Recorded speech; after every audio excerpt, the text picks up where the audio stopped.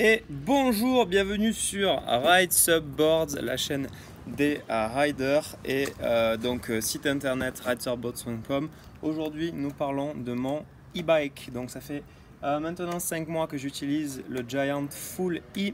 Je vais vous donner les petits conseils, les meilleurs petits conseils que j'aurais bien aimé qu'on me donne avant que j'achète ce bike.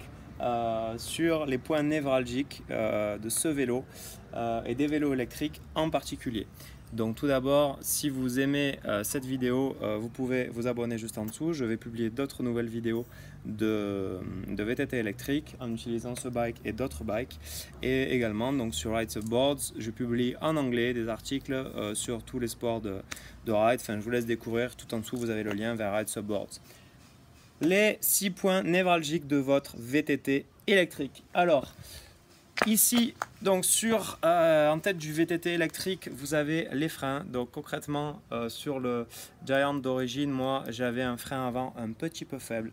Moi je vous conseille de checker que vous avez au minimum un SRAM guide ou un XT comme j'ai dû changer ici pour avoir du mordant sur l'avant et pouvoir vraiment partir serein en tout terrain, en VTT, sur des chemins intéressants avec votre bike. Autre petite chose, et là je vous ferai un petit tuto juste après, très prochainement, la fourche. Donc d'origine on a une Aion 35, donc SR Suntour, le modèle enduro, on va dire en 150.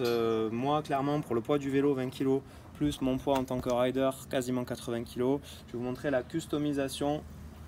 Donc en fait concrètement dans cette fourche on va placer un petit ici un petit dans le tube d'air token, donc comme sur les fourches RockShox ou les fourches Fox, d'accord, pour augmenter la résistance du poids et éviter d'avoir une fourche trop linéaire et avoir une fourche un petit peu plus répondante. Concrètement, qu'est-ce qui se passait sur cette fourche là? Moi j'ai été obligé de la surgonfler pour pas talonner la fourche, donc ce qui fait que sur les petits chocs la fourche était horrible, elle me faisait vraiment mal au poignet.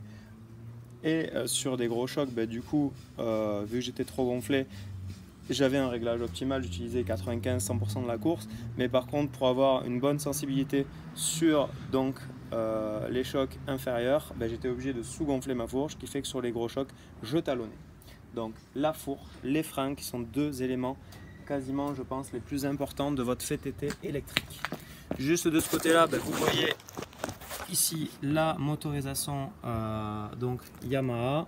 Juste en dessous, j'ai cassé ma chaîne, donc en fait à la deuxième sortie j'ai cassé la chaîne du bike. Donc moi je vous conseille vraiment de jamais partir en VTT électrique sans avoir une chaîne, sans avoir un petit élément pour réparer vous-même votre chaîne, ou alors vérifier que vous avez une chaîne, une bonne transmission, c'est-à-dire une chaîne de haute qualité.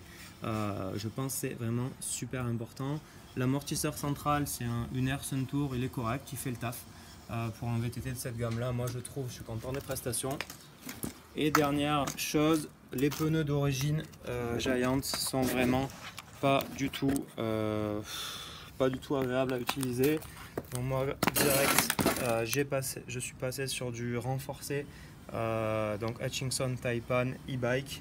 Je vous conseille vraiment d'utiliser un pneu arrière qui dépote et qui est fait pour le e-bike, et également quasiment utile, quasiment obligatoire pour fonctionner en configuration enduro, une selle télescopique avec une tige de selle télescopique pour pouvoir vraiment varier votre géométrie et varier votre position. Sinon le moteur Yamaha, écoutez, pour moi en tout cas aujourd'hui après quelques mois d'utilisation, c'est que du bonheur.